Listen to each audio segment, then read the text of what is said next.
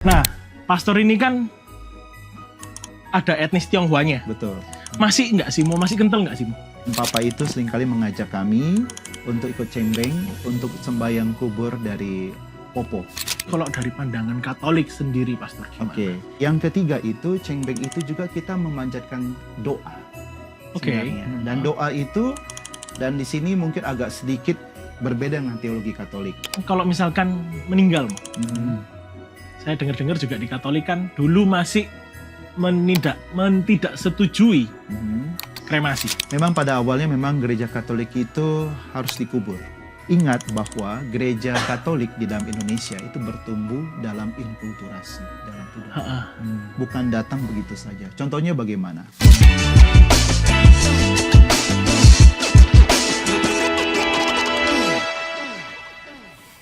Kembali lagi di Celoteh Domba, kali ini saya ditemani domba yang tidak tersesat lagi. Halo semuanya, shalom. Saka, welcome. Yeay. Hari ini lebih meriah ya kita ya. Oh Hari iya ini- dong. Soalnya biasanya kan satu berisi, satu tidak berisi. Nah, Sekarang sama-sama berisi berisi. semua. Biasanya pastornya juga berisi. Waduh. Tapi kali ini kita undang pastor yang Sangat luar biasa. sangat luar biasa, sangat fit Sangat banget badannya fit kelihatannya banget. ya. Karena Pelayanannya jauh. ini jauh. Jalan dari sana ke sini juga lumayan ya. Lumayan sekali saudaraku. Oke, hari ini kan kita kan banyak tahu kalau bulan ini bulan kawin ya. Betul. Jadi Bulan kan- kawin bro. Biasanya apalagi kalau yang etnis-etnis yang keturunan Tionghoa Tionghoa. itu kita cari tanggal. Oh, Contohnya, kepercayaan kayak betul, gitu. kayak Yes, aku yes, kapan I hari see. mau merit itu Heeh. harusnya sudah persiapan 2 tahun lalu tapi baru dapet tanggalnya Juni kemarin. Oh iya? Yes, karena ada kayak harus siswanya, harus ada buang lele, harus ada apa. Nah I itu see. kita kepengen tahu apakah di Katolik itu diperbolehkan atau enggak sebenarnya. Oke. Dan aku bro pernah IO. Wah, ada etnis Tionghoa itu kepercayaannya ribet banget gitu kan. Juga ya terkadang aku juga mempertanyakan sendiri gitu loh. Kalau misalnya di pandangan Katolik itu ya apa sih? Gitu kan, Betul. ya apa. Nah, nanti kita sudah kedatangan pastor, Betul, ya kan? Pastor yang luar biasa. luar biasa. Namanya pastor siapa, Bro? Kita sambut sekalian. Langsung aja. Selamat datang Pastor. Bisa perkenalkan dulu Pastor. Ya. Shalom untuk semuanya. Shalom. Ya, saya Pastor Agustinus Budiman MSC. Ah, Ya, MSC artinya Misionaris Hati Kudus Yesus. Dan saat ini saya sedang berkarya di Kuskupan Agung Merauke, khususnya di Yayasan Pendidikan MSC. oke, jauh ya, jauh Jauh Merauke. banget. Dari Merauke Sabang loh. sampai Merauke. Bung. Ya, sedikit perkenalan bahwa dulu memang saya pastor paroki 4 tahun setengah di sebuah paroki di pinggiran kota Merauke. Tetapi sekarang karena kebutuhan tarekat, maka saya ditarik oleh tarekat untuk bekerja memperkuat basis pendidikan di tarekat MSC. Oh, masuk yayasan berarti Romo Yayasan berarti. Pastor ya. Begitu. Nah, Pastor, kok tahu-tahu asalnya berarti dari Dari Bangka Belitung, Wih, dari Babel. wih, keliling ya sudah ya. Keliling banget. Keliling ya dari Provinsi. sini ke Iya. Manado untuk MSC, Iya, studi di situ. terus ke Merauke. Merauke. Luar Wah, luar biasa. Di biasa. provinsi yang satu-satunya disebut dalam kitab suci, Babel. Bangka Oke, Belitung. oke, Bangka Belitung. Wah, luar biasa. Nah, Pastor ini kan ada etnis Tionghoanya. Betul. Masih enggak sih, masih kental enggak sih, Mo? Sebenarnya masih Hmm? kental banget. Waktu kecil, Papa seringkali ngajak cengbeng ke kampung halamannya di Belinyu. Kalau misalnya orang Bangka pasti tahu kota Belinyu. Itu saya tinggal sendiri di kota Muntok. Muntok itu kira-kira kalau dengan Belinyu itu 3-4 jam perjalanan. Dan Papa itu seringkali mengajak kami untuk ikut cengbeng untuk sembahyang kubur dari Popo. Popo Oke. dari pihak Papa. Jadi dari kecil kami juga tahu bahwa kami pegang hio juga untuk menghormati Popo kami. Tetapi ada ritus tertentu Papa mengatakan tidak boleh ikut karena sudah Katolik. Oke. Nah, jadi untuk menghormati leluhur, saya dari kecil sudah pegang hio untuk menghormati leluhur karena memang maksud dari itu adalah untuk menghormati. Nah, tetapi ketika ada masuk ritual tertentu yang dihayati oleh saudara-saudara kita yang Kongfucu, kami nggak bisa. Contohnya, misalnya kami menebarkan apa itu kertas-kertas itu. Oh kami- ya, kami nggak. kertas-kertas uang-uangan itu ya, uang-uangan, Pastor ya. kami nggak. Kalau cuma untuk menghormati diperbolehkan begitu. Tapi kalau kayak tradisi-tradisi kayak yang penguburan segala macam, yang bakar-bakar rumahnya dulu itu Ya. masih ngikuti. Waktu itu kami lahir udah nggak ada lagi. Oke. Jadi waktu itu keluarga sudah Katolik semua. Mungkin mama, papa mungkin buat ya untuk leluhur mereka, untuk orang tua papa ya. Karena orang tua papa kan waktu itu kan belum Katolik. Oke. Masih Kongfucu. Tetapi waktu saya dengar dari pihak mama ketika Kungkung udah meninggal, itu nggak ada lagi itu. Tapi tradisi pakai baju duka, itu saya masih lihat foto dulu itu, masih pakai topi yang putih Ya, untuk betul. perempuan, kan itu masih pakai. Tetapi karena Kungkung udah Katolik, jadi tidak ada lagi.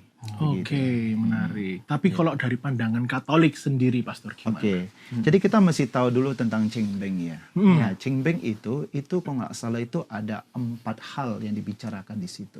Yang pertama itu tentang Cengbeng itu tentang penghormatan dan bakti.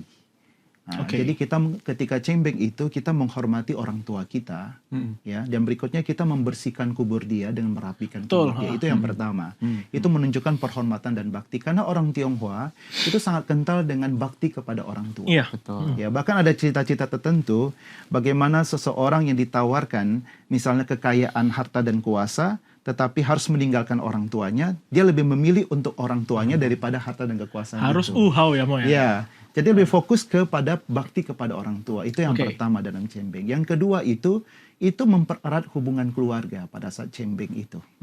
Jadi keluarga-keluarga yang merantau kemana-mana, bahkan ke seluruh dunia, pada saat Cengbeng itulah pulang semua. Iya. Nah, dan itu mempererat tali hubungan keluarga. Sama seperti hari raya sesungguhnya, Betul, Pastor, betul, ya? Cengbeng itu. Yang ketiga itu, Cengbeng itu juga kita memanjatkan doa.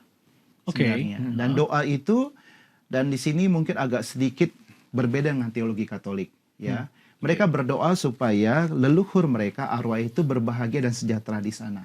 Nah, Oke. Nah, itu berbeda sedikit dengan gereja Katolik. Kalau gereja Katolik pada 2 November kita berdoa supaya jiwa arwah leluhur kita itu mendapat pengampunan. Betul. Dan belas kasih dan masuk surga. Tapi intinya tetap sama-sama supaya jiwa leluhur ini bahagia. Bahagia. Oke. Sejahtera. Mungkin maksud mereka bukan untuk pengampunan dosa tetapi berbahagia di sana. Tetapi kalau yang di kita Katolik itu pengampunan dan mendapat surga, dan itulah kesejahteraan sebenarnya. Hampir mirip-mirip tetapi berbeda sedikit. Jadi kalau misalkan kita tetap mengikuti Cengbeng, tapi doanya kita beda, tapi secara Katolik Beda sedikit, ya. masih boleh ya? Masih Pastor, boleh. ya? Nah, intinya Cengbeng itu ketika kita memanjatkan doa itu, ya pertama kita menghormati yang sudah meninggal. Nah, bagi mereka yang masih menganut agama Kongfucu, itu mereka mengharapkan supaya jiwa leluhur kami itu sejahtera di sana. Dan yang berikutnya, Oke. supaya juga jiwa-jiwa leluhur mereka yang didoakan itu mendoakan mereka dan memberikan berkah juga bagi mereka. Hampir mirip berarti ya? Ya. Mirip, bro. Hampir Kalau kita Katolik kan kita percaya bahwa orang-orang Katolik yang sudah masuk surga itu juga kan mendoakan kita. Betul. Cuma yang membedakan adalah dia yang sudah meninggal tidak memberikan berkah kepada kita. Tuhan Allah yang memberikan Oh berkah. iya, sumbernya iya. Cuma kita mereka mendoakan kita juga kepada Bapa di surga karena mereka sudah dekat dengan Bapa kan. Betul, Gitu. betul. Nah, ini masih banyak ternyata ya, Iya. Pastor ya? Nah, yang keempat itu adalah pemenuhan kebutuhan leluhur di sana. Oke. Nah, apa contohnya? Misalnya di Cengbeng itu biasanya mereka juga bakar uang, Oh iya. bakar uang yang kertas itu. Betul. Terus juga ada membakar juga rumah, Terus ngasih makan membakar makanan, baju segala ya. macam kan, ATM segala macam. Dan ini yang sedikit berbeda dengan kita Katolik. Betul. Oke. Nah, maka itu pada saat yang saya katakan ketika mereka bakar ini, kami nggak mau ikut. Kami yang Katolik nggak mau ikut. Karena teologinya beda. Iya. Nah, karena maksud mereka bahwa kehidupan yang di alam sana itu hampir mirip dengan kehidupan di dunia. Oke. Nah, maka itu mereka mengirim uang, transfer BRI Mobile ke sana. Wah, Ada bisa. biaya adminnya nggak?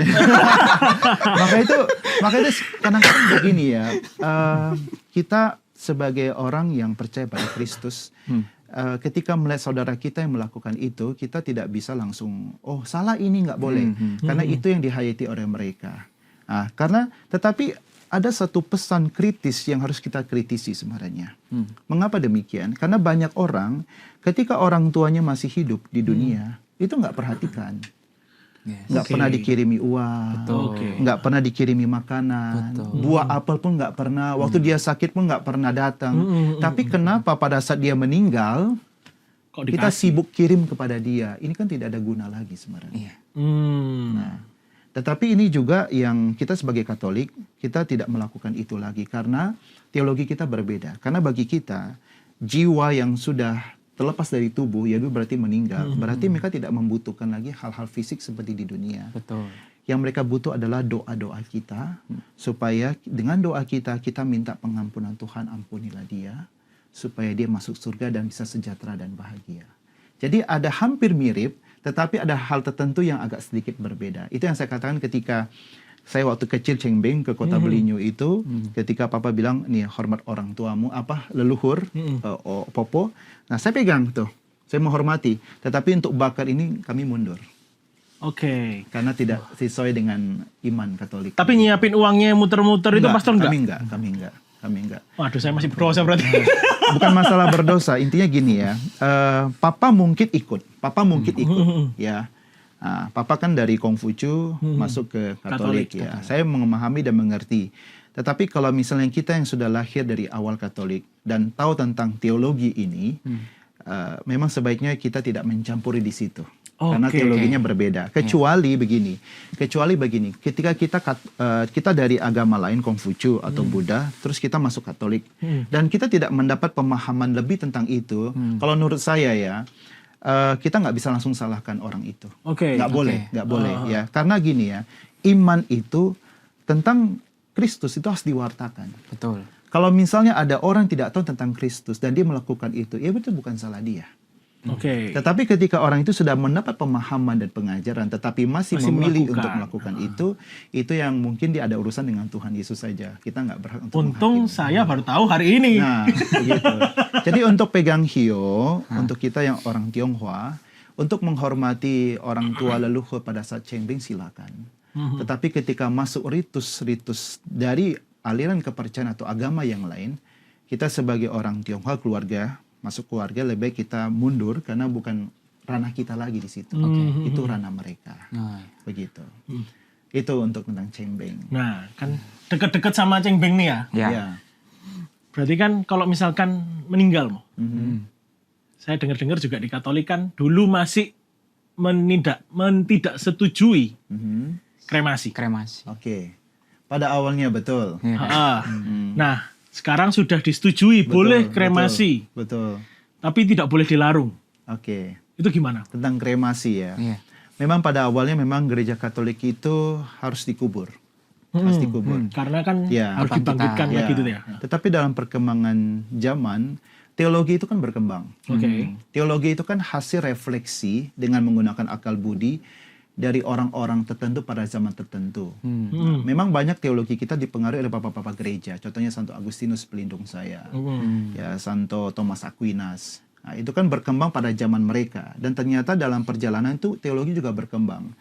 Kami calon pastor ataupun sudah pastor juga teolog semua. Filsuf dan teolog. Nah dalam perjalanan itu juga ketika kita merenungkan sesuatu, itu kan akal budi berkembang. Dan ternyata dalam perjalanan, ternyata kremasi itu diperbolehkan. Mengapa demikian? Karena itu juga berfokus pada kitab Yesaya sebenarnya. Ya, Yesaya mengatakan ketika Allah, ya Yesaya sendiri melihat bagaimana Allah sendiri itu mengatakan berfirmanlah, maka semua tulang-tulang semua akan bersatu kembali. Ya, Yesaya melihat itu dan ternyata bahwa cara mati manusia pun meskipun dengan cara misalnya dia dikubur atau dibakar, dengan kuasa Allah semua akan bersatu kembali. Maka itu dalam perjalanan pemikiran teologis itu mulai berkembang dan gereja menyadari bahwa dengan kremasi pun tetap dengan kuasa Allah, Allah akan mempersatukan itu semua. Karena itu juga mengacu juga pada kitab Nabi Yesaya juga.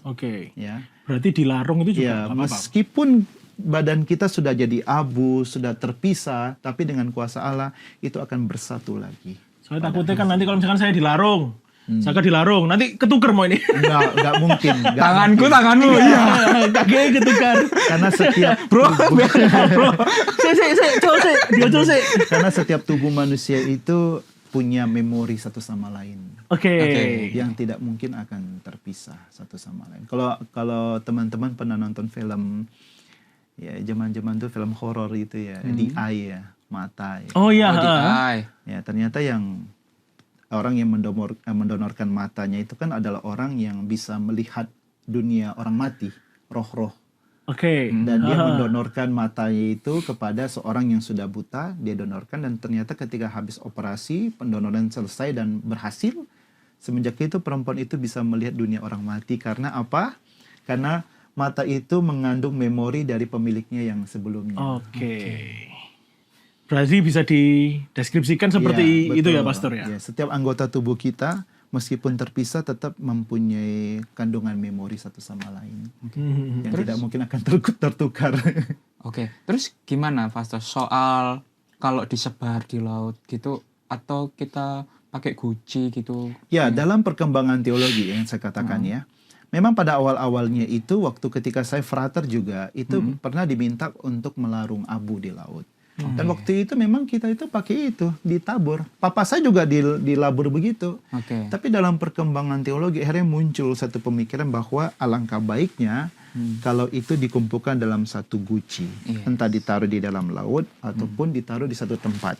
Oke. Tempat Sekarang kan banyak itu ya. Banyak adalah. Tetapi saya mengerti, memahami bahwa itu lebih mengacu pada satu kesatuan sebenarnya. Sama dengan gereja kan. Komunio, satu kesatuan ya. Tetapi bukan berarti ketika saudara kita sudah dilarung, aduh bagaimana saudara saya? Enggak ya.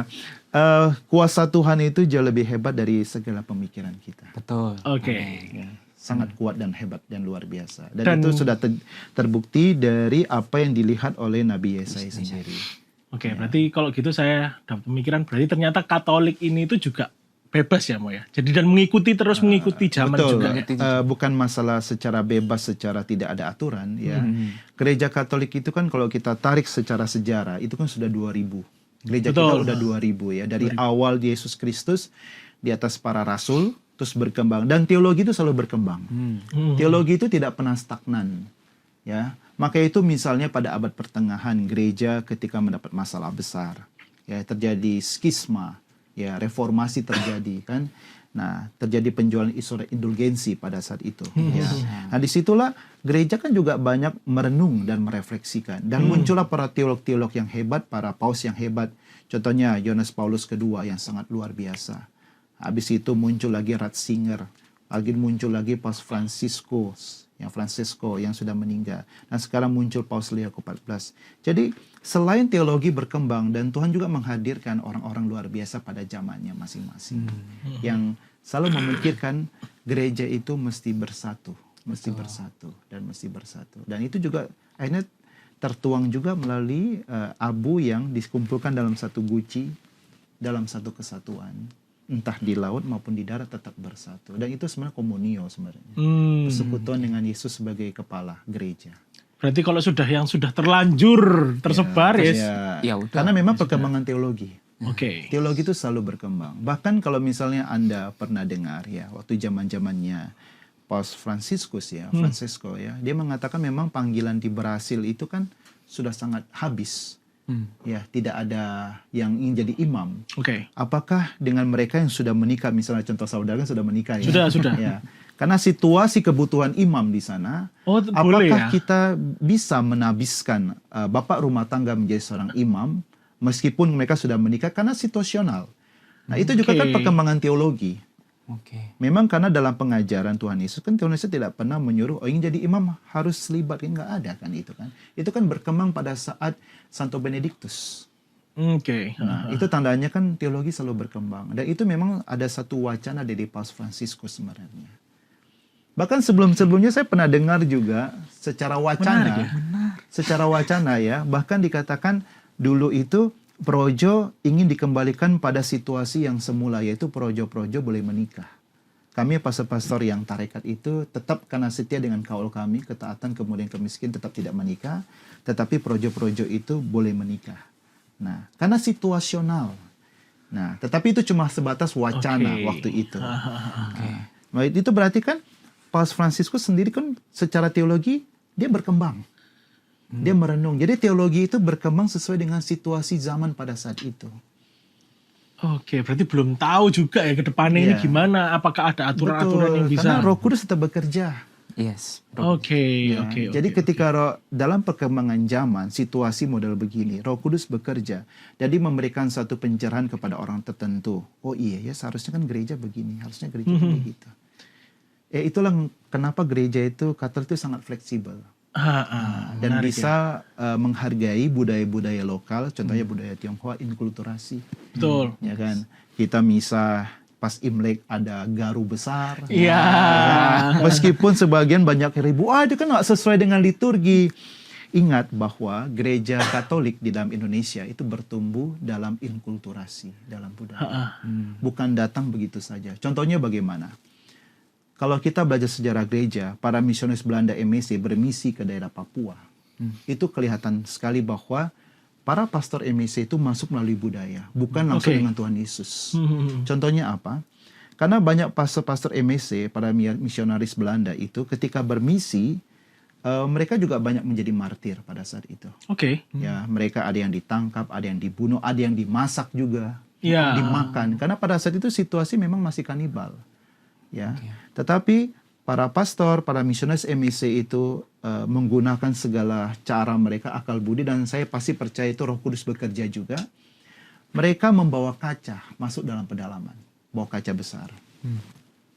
Ya, ketika orang-orang yang pada saat itu di daerah Papua itu ya masih belum mengenal Kristus pada saat itu, ketika melihat pastor-pastor MSC, pastor-pastor Belanda yang putih-putih itu, ya, mereka panggil dia Wihayo. Wihayo berarti itu adalah babi putih datang. Mereka tahunya pastor-pastor Belanda itu adalah babi putih yang siap disantap sebenarnya. Waduh. Ya, Horor sekali. Karena biasanya mereka kan makan babi hutan yang hitam, sekarang ini babi putih datang, enak nih dagingnya kan. Nah, ketika mereka ingin menombak, jadi para pastor itu ambil kaca, dan ternyata waktu mereka menombak, yang di dalam kaca juga ingin menombak begitu. Oke. Nah, jadi mereka mengatakan, ternyata para pastor ini ada pengawal juga dan banyak sekali gitu. Padahal itu sebenarnya kan bayangan mereka kan nggak tahu waktu itu. Oke. Nah, dan setelah itu ketika mereka kebingungan itulah para misionaris itu ambil garam dan langsung sematkan ke mulut mereka. Pas kena rasa garam itu mereka bilang, kok enak ya rasa garam ya. Nah, ketika garam sudah masuk, para misionaris membagikan cerutu. Oke, disogok dulu berarti. Sogok dulu ya, pakai budaya berbagi. Wah. Ya, bukan Tuhan Yesus dulu, nggak bisa. Jadi para misionaris menggunakan inkulturasi budaya, budaya berbagi. Ya, bagi dulu cerutu, nikah ngisap tuh, wah kok enak. Ya, tuh. Enak. Habis itu bagi permen Belanda kan, Oke. wah enak ini. Jadi teman kan, Oke. jadi teman. Nah, ketika sudah jadi teman, Tuhan Yesus baru masuk tuh. Oke. Jadi gereja Indonesia itu berkembang juga melalui inkulturasi. Nggak langsung percaya pada Tuhan Yesus langsung dibaptis, kamu langsung diselamatkan. Nggak bisa. Langsung kucing. Jadi ya, jadi saya sangat heran misalnya ada umat yang, kenapa budaya kok udah masuk ya? Ingat bahwa gereja Indonesia berkembang itu melalui budaya. Yes. Maka itu dikatakan ada misa inkulturasi. Tetapi tidak boleh menghilangkan hal-hal yang paling krusial dan paling inti dalam misa. Contohnya, lagu pembukaan silakan lagu inkulturasi. Tetapi ketika ordinarium, batang misa, itu nggak boleh digantikan. Termasuk misa karismatik sekalipun. Ya. Lagu pertama, kuduskan tempat ini silakan. Tetapi ketika masuk Tuhan kasihanilah kami, kemuliaan, kudus anak domba Allah itu tidak boleh digantikan. Dan doa syukur agung tetap menggunakan ritus doa yang sudah disepakati oleh Roma sendiri. Oke, ya. Betul. Kalau dengan bahasa Mandarin is oke, yang penting rumusan doanya tidak dihilangkan atau dirubah. Makanya sebenarnya itu enaknya Katolik itu kita mau misa dimanapun sama ya. Fleksibel, sangat fleksibel. Karena juga ya teologi berkembang, Roh Kudus bekerja dengan pribadi-pribadi tertentu, para pembesar-pembesar gereja, dan mereka merefleksikan secara akal budi, dan lahirlah kita gereja Katolik yang sangat fleksibel. Sebenarnya inkulturasi ini juga termasuk di Jawa juga ya. Betul. Salah satunya tuh harusnya gong itu juga termasuk ya. Iya, Gong. Karena kalau kita keluar negeri itu rasanya kok nggak ada. Ada gong. Iya, ada nih. Adanya kerincing, Kerincing. lonceng Nah, kecil gong menggunakan bahasa Jawa juga. Romo. Kata-kata Romo. Ini sebenarnya betul, kita panggilnya bukan Romo, Iya. tapi pastor. Ya, Dari tadi sebenarnya sering ke selempit-selempit. Iya. ya sebutan inkulturasi bagi imam Katolik di Jawa adalah romo. Pada sebenarnya sebutan asli dalam gereja Katolik adalah pastor. Pastor. sebenarnya. Ya. Jadi memang kita orang Katolik mesti menggunakan istilah resmi terbiasa, pastor, supaya jangan sampai orang mengira bahwa romo itu khusus untuk di Katolik, pastor berarti untuk gereja yang lain. Itu tidak boleh. Ya, karena sekarang sudah banyak yang menyerempet dan sudah menggunakan kata pastor, ya. Dan nanti umat pikir pastor itu adalah Protestan, padahal pastor itu juga Katolik punya. Termasuk Roman Kolar ya. Roman Kolar yaitu leher Romawi. Nama saja Roman Kolar, berarti lehernya Romawi. Oh, yang putih itu ya? Iya, pastor? betul, ya. Kolar. Nah, sebenarnya baju imam yang dikasih gereja kepada kami adalah Roman Kolar itu, yang harus kami pakai setiap hari. Bukan kaos ketat, ya, bukan kaos Under Armour atau apapun gitu, nggak boleh ya sebenarnya. Tapi harus pakai Roman Kolar sebenarnya. Kalau para pastor atau frater yang studi di Roma itu wajib pakai itu. Itu baju resmi gereja Katolik kepada para imamnya dan calon imamnya. Termasuk Jepang, Korea itu harus pakai itu. Nah, di Indonesia agak sedikit bebas. Ya, agak sedikit bebas. Tetapi ada satu keuntungan juga bagi kita, para imam tidak pakai baju resmi. Karena apa? Ketika kami masuk di orang-orang sederhana, orang-orang susah, orang-orang yang sederhana secara kelas menengah ke bawah, itu kami masuk lebih enak. Oke. Karena ada orang yang ketika pastor datang kayak langsung Langsung gap gitu. aduh, saya Bangun mau ngomong benteng. apa, saya harus apa. Jadi ada gap. Iya, ada gap gitu ya. Wah, Menarik ya. Dan dari budaya ini berarti bukan cuma di Indonesia, tapi di luar juga banyak betul, ya, pastor ya. Contohnya nggak sejauh-jauh lah. Waktu itu kan saya baru pulang dari Holidor kan.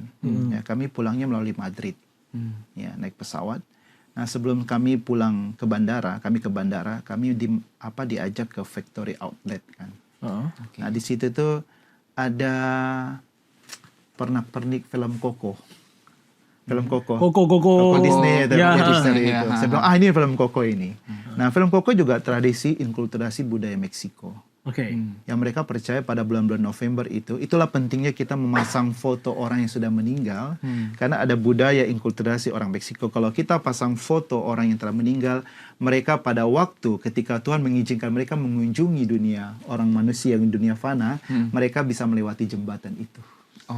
Dan itu juga sesuai dengan teologi kita di November, bahwa ketika kita mendoakan saudara-saudara kita yang telah meninggal dunia, satu segi juga waktu itu saya percaya juga mereka bisa mengunjungi kita, karena ada banyak orang-orang yang punya mata batin yang terbuka. Ketika mereka misa 2 November itu, gereja itu penuh dengan jiwa-jiwa yang kita doakan. Berarti kan mereka diizinkan untuk mengunjungi kita juga, mengunjungi gereja-gereja dan mengunjungi keluarga dan saudara mereka. Itu kan sama dengan inkulturasinya Meksiko. Yes. Nah, budaya. Menarik. Juga kalau misalkan bicara budaya ya, kita ini kan masih ke Asia. Saya pernah lihat ini cuman apa itu? Saya pernah lihat di Instagram. Ada Romo DJ. Hah? Oh, DJ. Iya, Betul, DJ. Padre. Betul, ada. Ya, beberapa hari yang lalu kan ada ulang tahun siapa itu ya? Mereka kan DJ juga di Roma. Nah, Roma itu DJ. Iya, Roma. Nah, menurut saya begini ya, mungkin banyak pikiran orang bahwa kaum berjubah itu harus kudus dan suci, mata lurus seperti mata kuda, harus begini terus. Ingat, dunia kita tuh berubah. Kalau begini terus, itu sesuai dengan abad pertengahan, abadnya mereka. Contohnya lagu Gregorian. Yes. Ya, itu terkenal pada zamannya. Tapi kalau sekarang lagu Gregorian dipaksakan kepada anak muda, mereka bilang, ini lagu apa ini? Kaku, naik turun. Dan notnya itu bukan not yang kita lihat, tapi not kotak-kotak itu kan bingung. Nah, sekarang itu lebih condong zaman kita itu adalah lagu-lagu pop rohani. Pop rohani. Ya, siapakah aku di hadapanmu Tuhan? Itu lebih cocok untuk zaman kita. Ya. Tapi kalau untuk lagu Gregorian, mungkin ini lagu apa? Jadi kurang update begitu.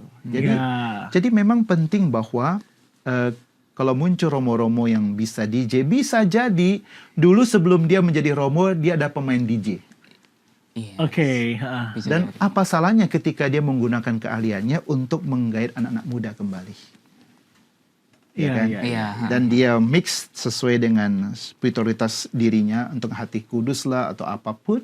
Dengan saya waktu itu kemarin sempat lihat di TikTok itu dia memix itu DJ itu ada gambar-gambar Roh Kudus. Ada Iya, gambar- betul. Keren sekali. Ternyata anak muda terbuka. Wah, ternyata gereja Katolik itu keren ya, gitu. Di dalam tarekat kami MSC juga dikatakan oleh pendiri kami bahwa setiap MSC datang masuk ke dalam tarekat, dalam rumah MSC itu membawa segala kelebihan dan talenta dirinya. Oke. Maka itu saya ngeband waktu masih frater. Kami Wah, ngeband. ini ngeband ya gitu. Ngeband. Nyanyi-nyanyi pas Sumpah Pemuda di kampus. Ketika acara Kau Kekal, konfrater kami ngeband. Kami ngeband, bawa drum, bawa apa, kami angkat, kami ngeband. Nah itu menunjukkan bahwa dunia itu berkembang. Hidup membiara juga mulai berkembang. Tetapi ada hal-hal tertentu yang nggak boleh hilang. Betul. Disiplin, ketaatan, ya, kesucian diri, kerohanian itu harus dijaga. Yes. Klausura berarti ada tempat-tempat tertentu yang nggak boleh dimasuki oleh awam. Kamar-kamar frater, kamar-kamar staff, Iya. ya, itu nggak boleh hilang. Tetapi segala kemampuan, talenta pada saat acara-acara besar ditampilkan.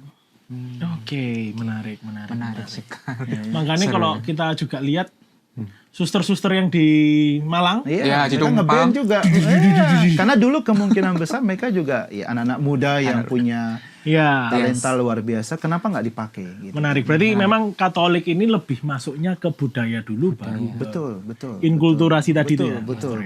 Nah, bicara soal inkulturasi nih. Kan pastor ini dari Merauke. Ya. Masuknya di Merauke itu inkulturasinya katanya saya pernah baca dari salah satu artikel itu pastor juga awalnya masuk ke Merauke itu agak susah. Karena mereka lebih percaya dengan sesuatu yang bisa dilihat daripada yang tidak bisa dilihat. Betul. Itu ceritanya gimana pastor? Oke. Jadi kita harus ingat bahwa setiap budaya, setiap suku itu pasti punya Tuhannya. Betul. Ya, mereka percaya dengan Tuhan mereka. Dan ketika para misionaris masuk pertama itu kan berhadapan dengan hal-hal demikian.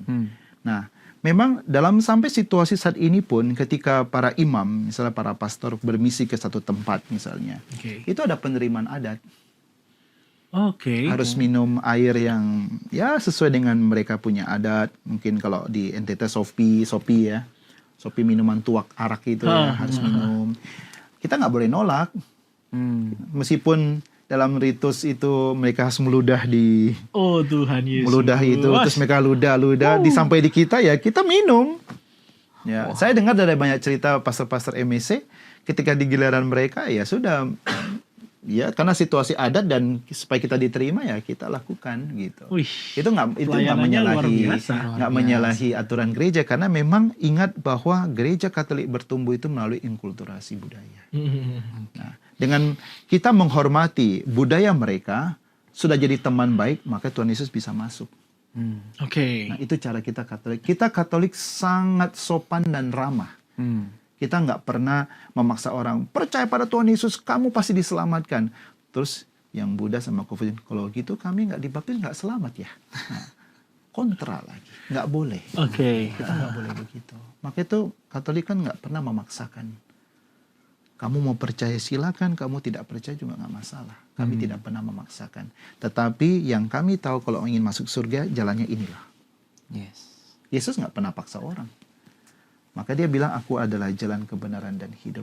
Ingin sampai surga, ya melalui saya dan jalan yang saya ajarkan. Istilahnya kita ini kalau di Katolik itu kita sudah punya Google Maps. Iya, betul. Sudah ada jalannya. Ada directionnya. Jadi silakan, kamu mau ikut, tidak ikut, pilihan bebasmu.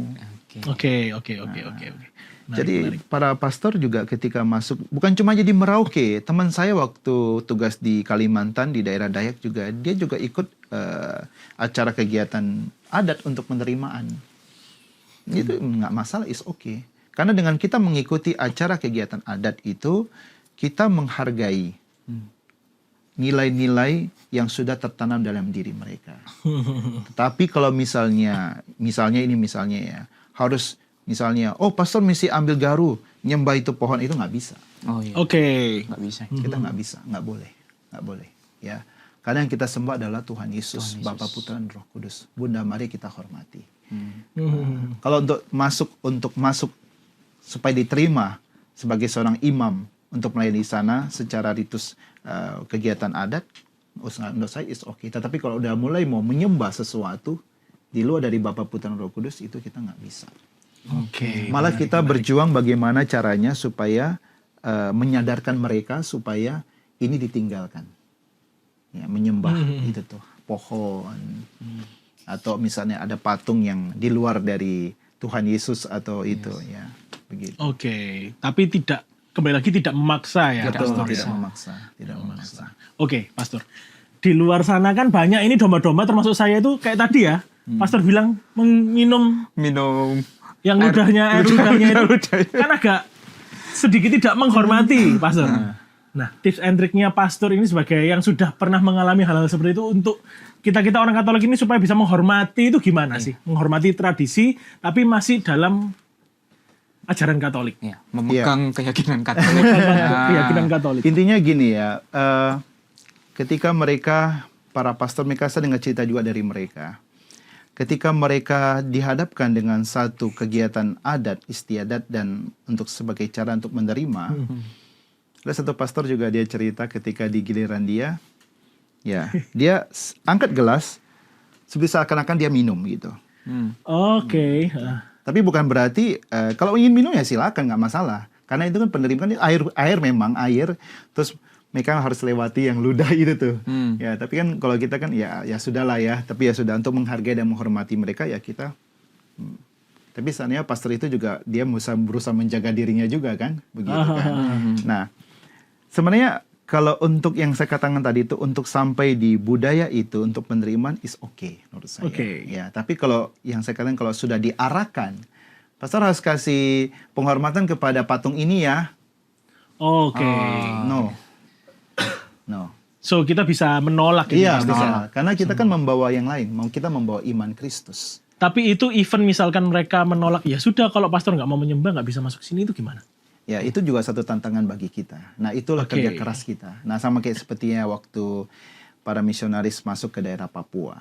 Ya, kita pakai banyak cara. Nah, biasanya itu yang kedua yang kita masuk adalah lihat kesehatan. Nah, biasanya kalau kita kunjungi orang-orang demikian, mereka ada sakit ini, sakit itu, kita menawarkan. Ya, saya obati kamu ya, gini-gini. Sembuh. Disitulah mulai muncul kepercayaan, oh, pastor ini orangnya sakti. Waduh, hebat. Pekor sakti. Ya, betul. Ternyata Tuhan atau dewa yang mereka sembah ternyata tidak menyembuhkan. Ternyata ke pastor sembuh. Berarti dewa yang disembah sama pastor menyembuhkan. Lebih hebat. Mulai datang tuh. Nah, itu kita bisa masuk melalui yang kedua adalah kesehatan biasanya. Selain kita masuk ke budaya mereka, kita juga masuk melalui kesehatan. Dan ada berapa kisah juga para pastor juga ketika misalnya di satu kampung ini ada orang sakit, misalnya anak kecil sakit, terus dia dibawa ke dukun tapi tidak sembuh-sembuh. Terus pastor tawarkan, saya baptis anakmu, percaya pasti sembuh. Ya, mungkin setengah-setengah percaya pada saat itu pas dibaptis, sembuh anaknya. Disitulah Tuhan bekerja. Luar biasa. Mengubah bahwa di pikiran mereka ternyata Tuhannya, dewanya pastor lebih hebat daripada dewanya kami. Nah, itu kan sama seperti kayak gini ya. Hari Minggu yang lalu, tanggal berapa itu hari Minggu? Tanggal 6 ya, hari Minggu ya. Itu kan pesta pemberkatan gereja Lateran. Nah, waktu saya khotbah di Jakarta itu saya menjelaskan kenapa sampai muncul Basilika Lateran ini ada cerita yang sangat panjang saya bilang. Saya katakan Konstantinus itu belum Katolik. Ya, mamanya Katolik, Helena, ya. Nah, waktu sebelum Konstantin bertempur dengan Maxentius itu, ya, sebelum dia bertempur, dia kan mimpi. Dapat mimpi, dia melihat salib Siro namanya, bukan salib yang seperti kita lihat sekarang ini. Salib Siro itu salib apa? Salib Siro itu adalah salib simbol Kristen yang paling kuno, yaitu huruf Yunani, hurufnya dari huruf pertama dari nama Yesus X dan P. Kalau Anda lihat jubah Romo yang X dan P itu adalah simbol Kristen kuno yang paling awal sebelum salib muncul. Ya.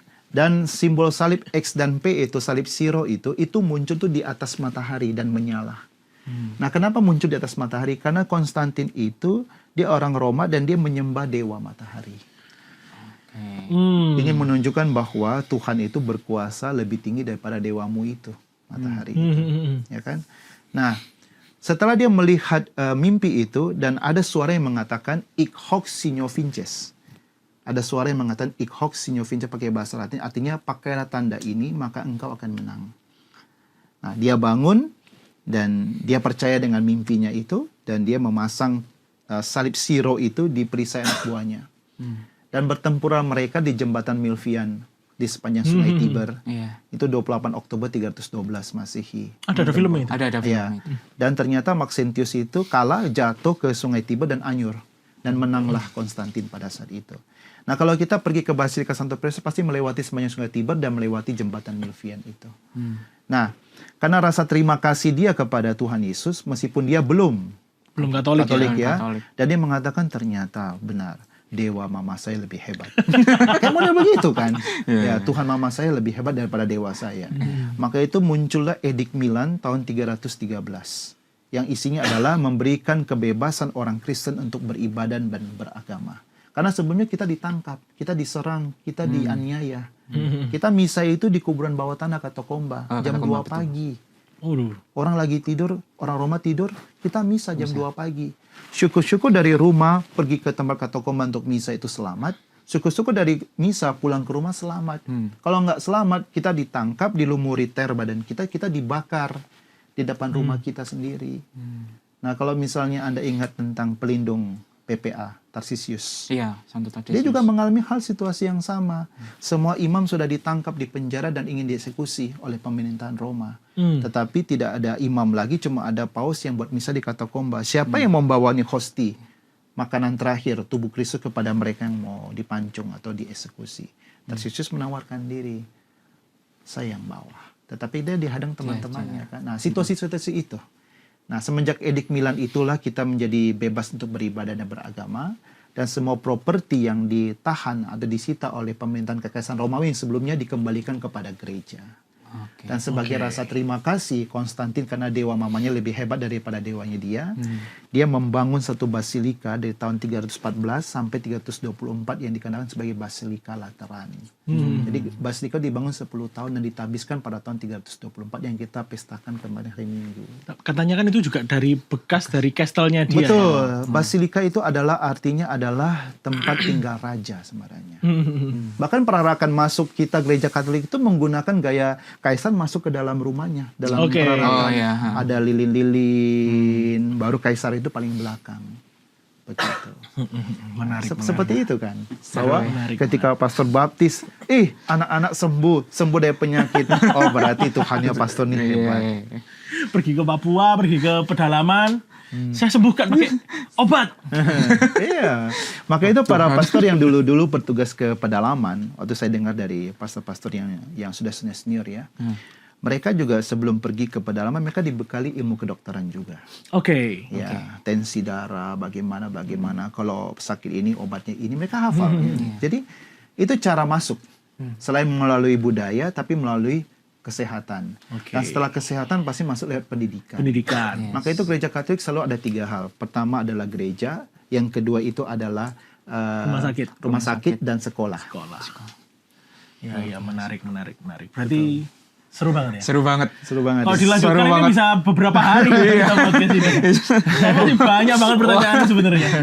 Tapi benar-benar, jadi kalau misalkan kita memang dari Katolik itu lebih masuknya ke budaya. Kita menghormati budaya. Kita menghormati budaya karena di dalam budaya itu sudah ada nilai-nilai yang diterapkan dan dihidupi oleh warga setempat. Tapi kita tetap harus memegang teguh iman kita sendiri. Gitu.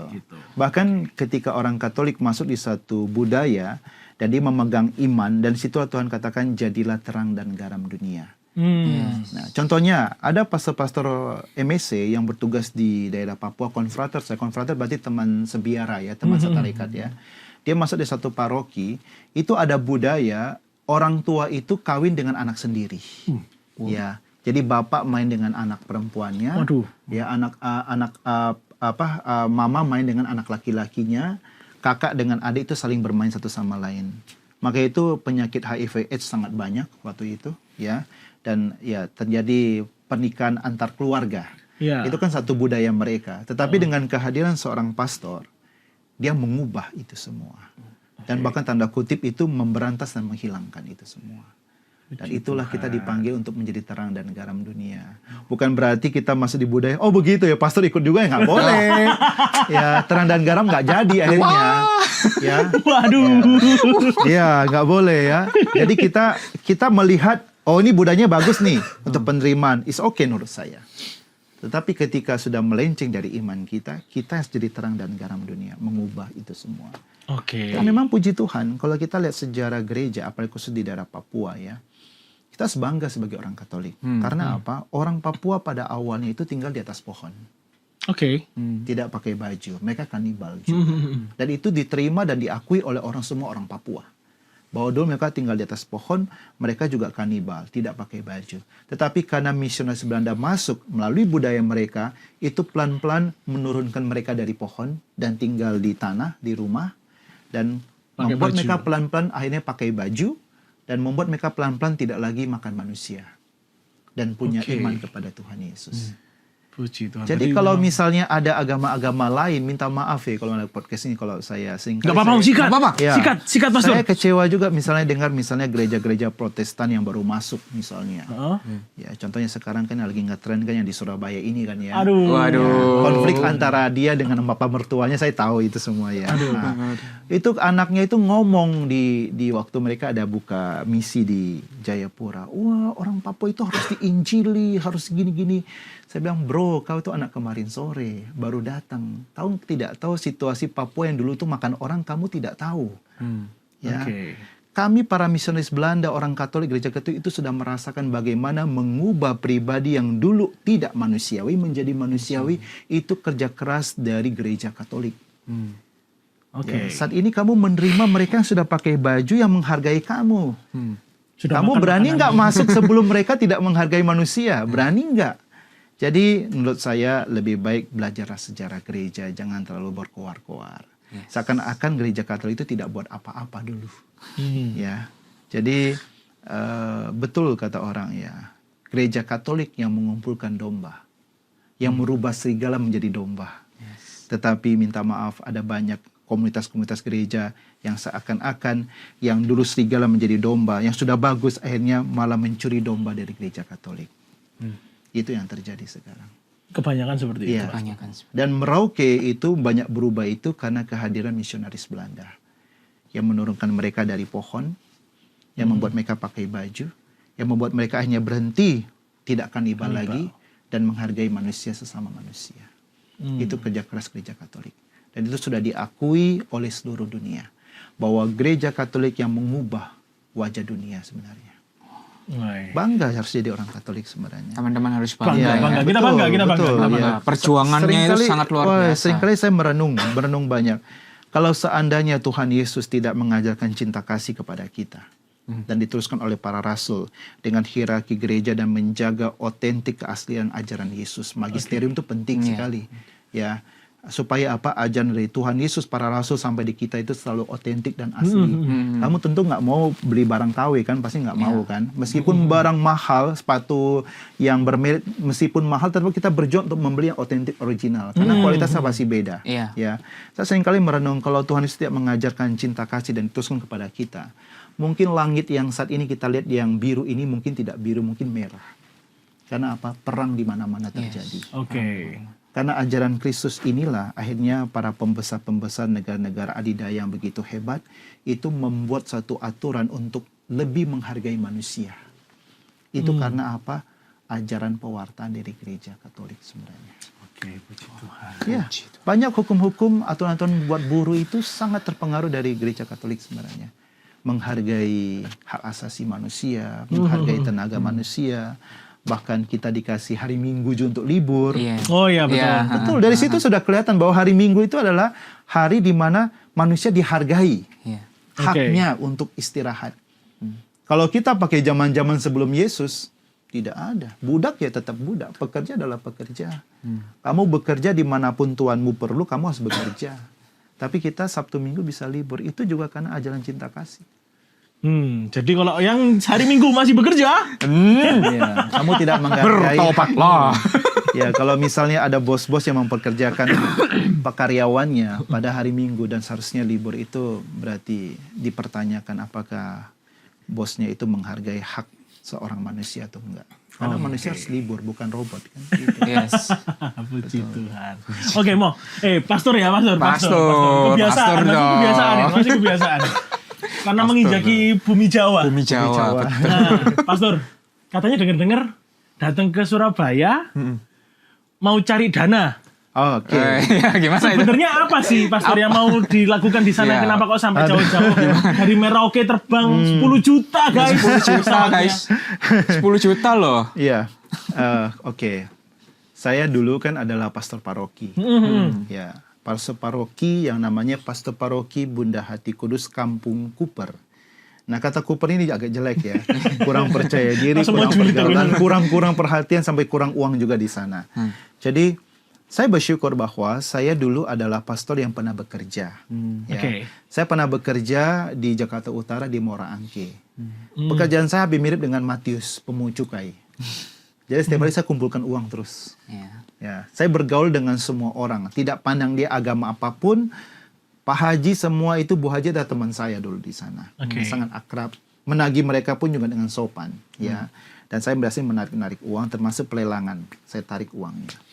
Nah, semenjak itulah saya itu punya kemampuan untuk bisa memanage uang atau mencari uang, mengumpulkan dana, dan itu terbukti pada saat saya jadi pastor paroki.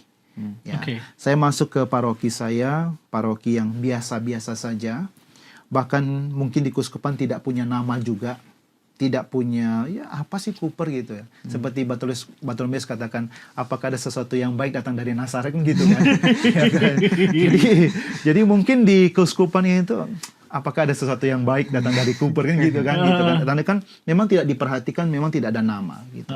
Tapi saya rubah, saya mencari dana, saya kasih bagus gerejanya, semuanya. Bahkan terakhir saya tinggalkan Taman Doa Ratu Surga. Oke. Ya, satu-satunya di Kuskupan Agung Merauke, di paroki saya. Ya, jadi kita masuk gereja itu, depannya itu ada jalan salib outdoor. Dan kalau malam itu rame seperti Chongqing begitu. Lampunya tuh nyala semua. Gitu. Orang bilang gila, paroki Kupers kan jadi mall, pastor. Iya, saya terinspirasi dari Chongqing ya. Hal sesuatu yang sederhana kalau kita pasang lampu bagus, itu jadi wah gitu. Betul. Kan. Lampu sampai ke belakang itu masuk ke Taman Doa Ratu Surga. Tapi situ ada filosofi dan teologinya. Ya. Oke. Ya. Jalan salib, jalan penderitaan itu yang diajarkan oleh Tuhan Yesus kepada kita. Tuhan Yesus tidak pernah mengajarkan teologi kemakmuran sebenarnya. Jadi kalau misalnya ada gereja mengajarkan teologi kemakmuran, itu dipertanyakan keasliannya. Yesus katakan bahwa ya Yesus saja mengambil jalur penderitaan. Ya, Bapa sekiranya boleh cawan ini berlalu daripadaku, tetapi biarlah kehendakmu yang jadi. Penderitaan yang ditekankan, diwartakan oleh Tuhan Yesus kepada kita. Tetapi di balik penderitaan itu, kalau kita setia akan mendapat kemuliaan.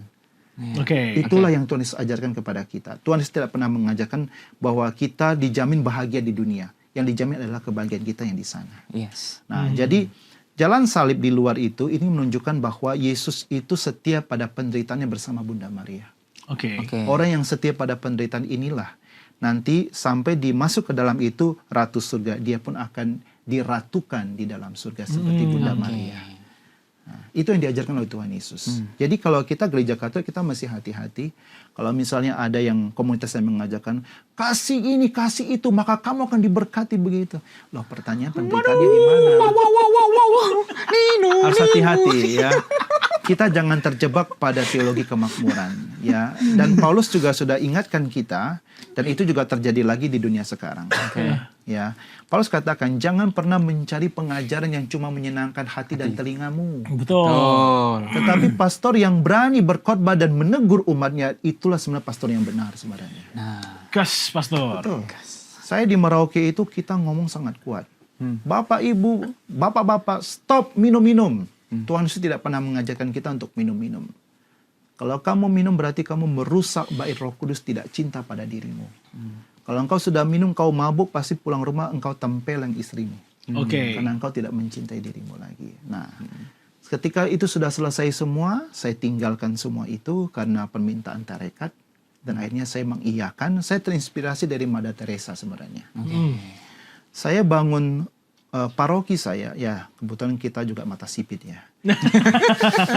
Ya. Dan ditambah lagi saya show ayam lagi. Ya, saya juga show itu sedikit tentang show ya. Show itu bukanlah kepercayaan, tapi show itu adalah filosofi sebenarnya. Oke. Itu adalah ilmu pengetahuan. Ya, harus dibedakan dengan kepercayaan. Ya. Jadi sebelum dunia ini sudah sangat berkembang, itu Cina itu sudah sangat berkembang dalam membaca bintang, astronomi, alam. Jadi show-show itu tuh ingin melambangkan tentang situasi alam yang dilambangkan seperti binatang. Nah, jadi misalnya kayak tahun ini kan ular ya. Ular kecil. Betul. Nah, perhatikan setiap ular itu pasti banyak hujan. Mau ular kayu lah, ular tanah, itu pasti banyak hujan. Karena memang ular banyak bermain di air dan di tanah yang sedikit basah. Karena untuk memudahkan pergerakan mereka.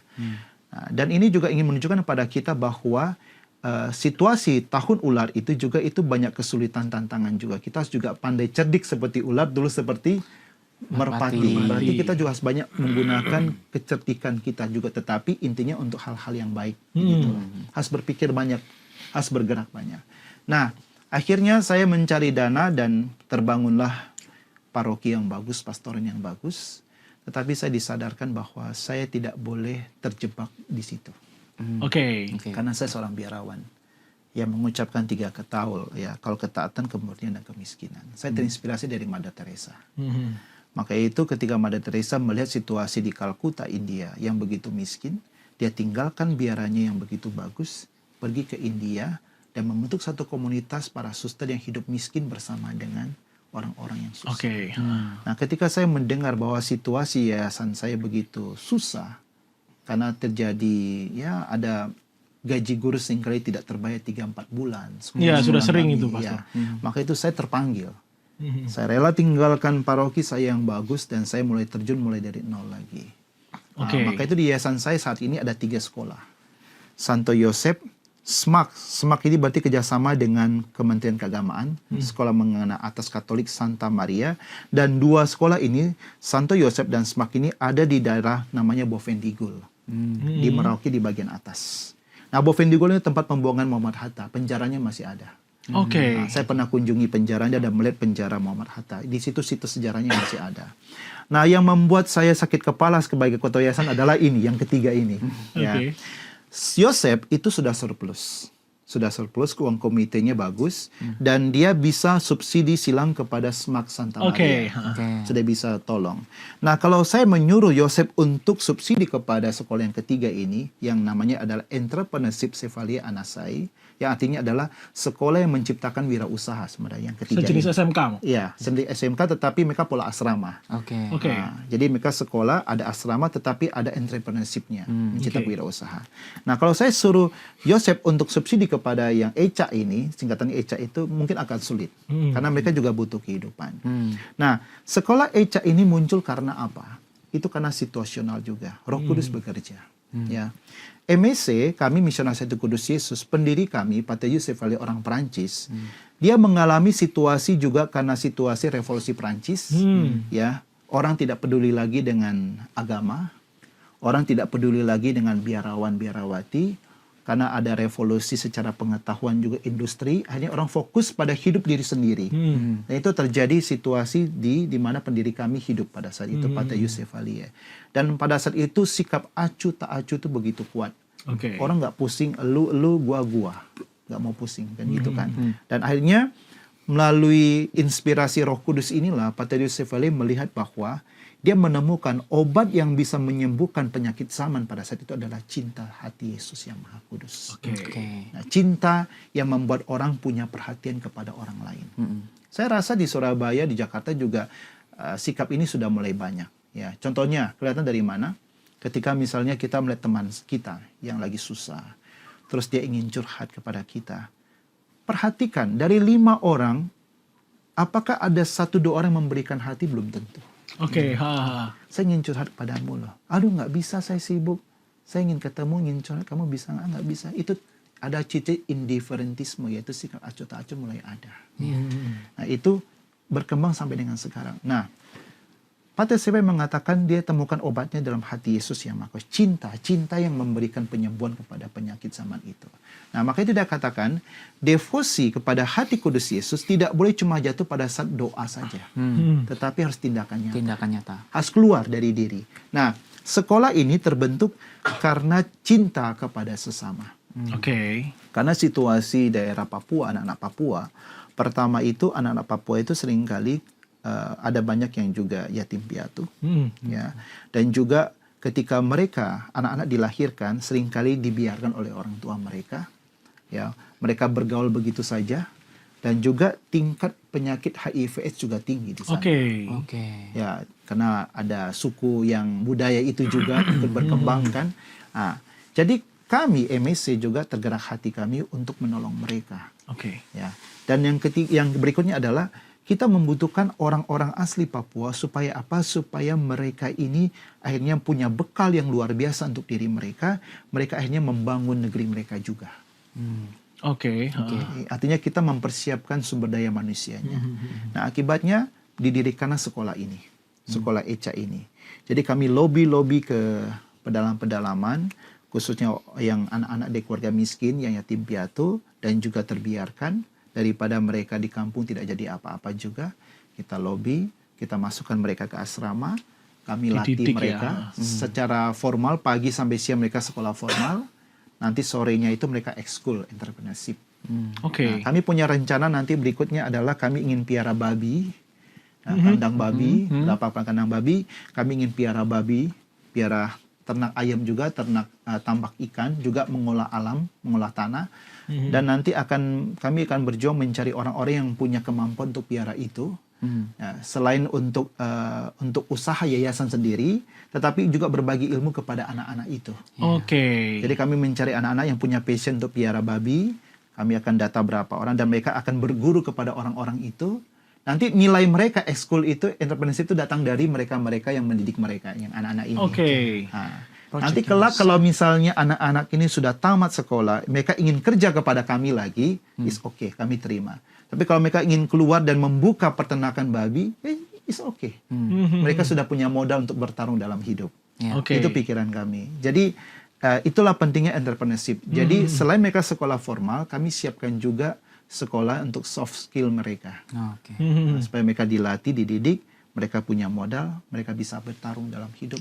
Entah mereka jadi pengusaha, entah mereka bekerja sama orang lain yang sudah punya kandang babi, sudah ada mereka kerja di situ, it's okay. So, kalau domba-dombanya di luar situ yang mau membantu, caranya gimana? Bisa. Jadi saya sudah siapkan flyer dan juga video pendek, tetapi dalam perjalanan waktu saya di Holidor itu terbuka satu saya percaya itu Roh Kudus bekerja ya. Waktu di mobil dengar musik, terus lihat alam Eropa yang begitu indah, akhirnya terbesit.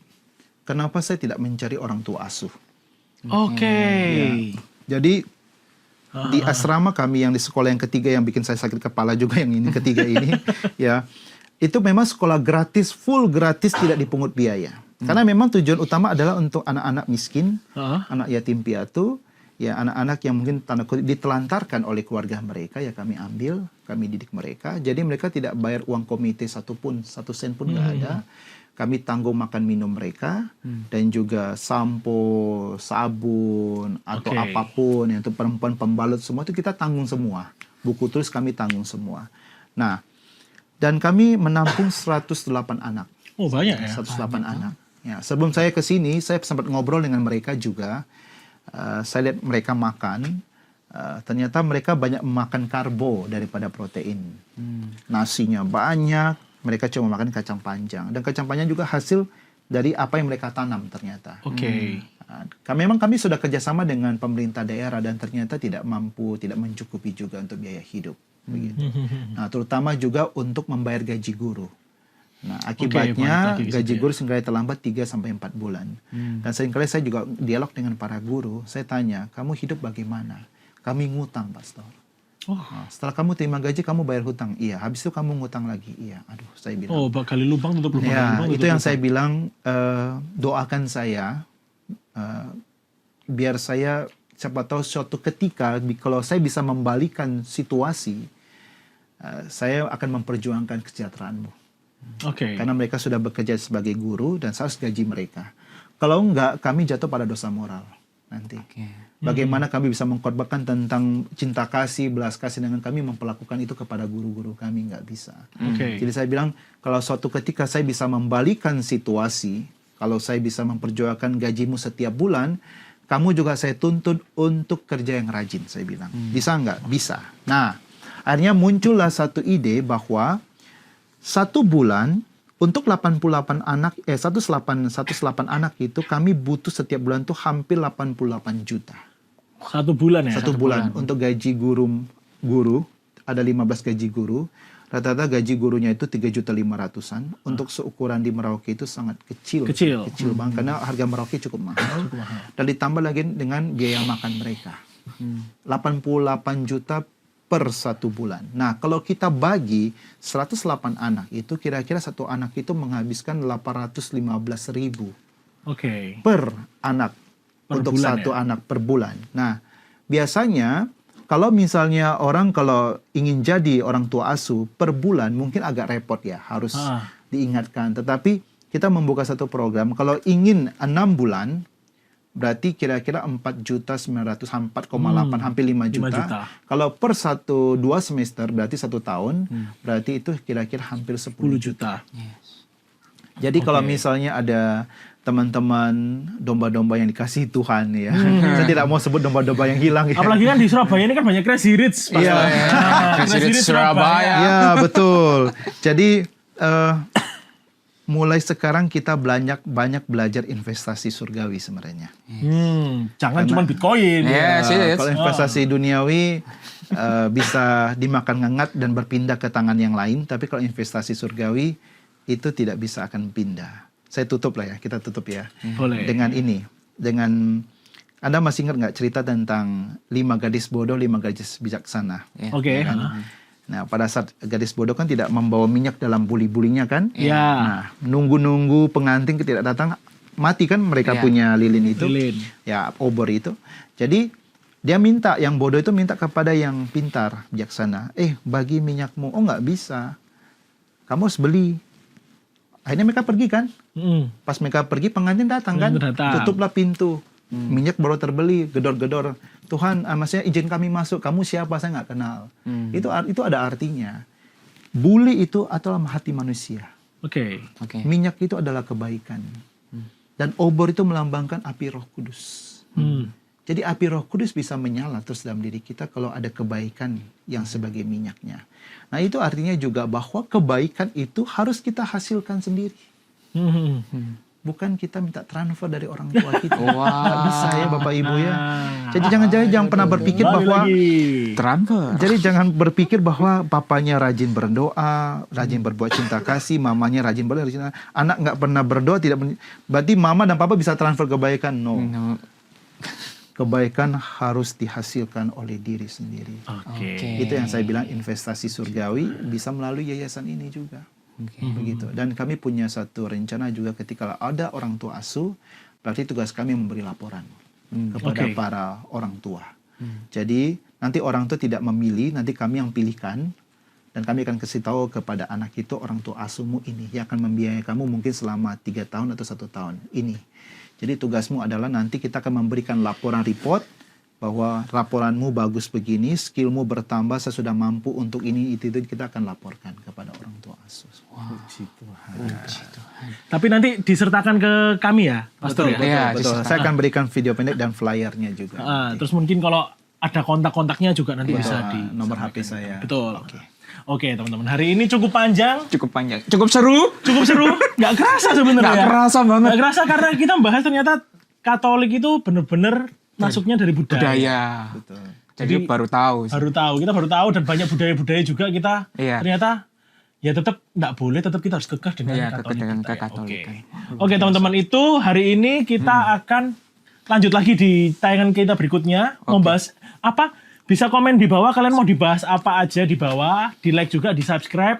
Juga kita juga terima kasih ya Rom. Terima kasih Pastor. Pastor. Terima kasih Pastor. Terus Rom. Roma. Sering kecelik terus ya. Iya. Oke. Sampai jumpa di episode berikutnya. Terima kasih banyak Pastor. Mungkin bisa ditutup dengan doa ya Pastor. Iya. Ya, mari kita berdoa dalam nama Bapa dan Putra dan Roh Kudus. Amin. Limpah syukur kepadamu, Bapa di surga yang kami puji atas penyertaan-Mu kepada kami dalam kehidupan kami. Engkau senantiasa menunjukkan bahwa Engkau Allah yang sangat setia kepada kami umat-Mu yang berdosa ini. Engkau sungguh-sungguh bekerja dengan luar biasa ya Tuhan melalui para misionaris, melalui budaya-budaya manusia. Engkau masuk dan Engkau wartakan kebenaran terang dan garam dimanapun kami berada. Bantu kami ya Tuhan untuk selalu menjadi terang dan garam dimanapun kami berada. Bahkan kami ketika berhadapan dengan kejahatan kami juga berani sungguh-sungguh mewartakan terang dan garam itu kepada siapapun. Bapa di surga, berkatilah anak-anak-Mu dengan segala pergumulan mereka. Curahkanlah Roh-Mu yang kudus, sehingga Roh Kudus bekerja menguatkan dan juga menghibur mereka di setiap pergumulan sakit penyakit yang mereka hadapi. Kami percaya Engkau Allah yang sangat setia, yang tidak pernah meninggalkan domba-domba. Kami mohon berkat-Mu ya Tuhan turun berlimpah atas diri kami semua. Tuhan bersama-Mu Dan bersama Roh-Mu. Allah yang Maha Kuasa memberkati saudari-saudara sekalian, Bapa dan Putra dan Roh Kudus. Amin. Amin. Terima kasih. Ya. Dadah. Sampai jumpa. God bless you, bro. Sis. Bye-bye.